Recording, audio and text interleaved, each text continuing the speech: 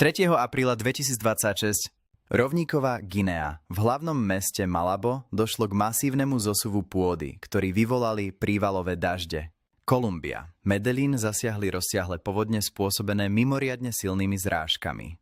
Argentína. Obec Escobar zasiahla intenzívna búrka sprevádzaná prudkým nárazovým vetrom. Francúzsko. Juh krajiny ochromila snehová búrka Herminio. Turecko. Prach zo Sahary sa presunul nad východné Stredomorie a zasiahol južné pobrežie vrátane Antalie a Alanie.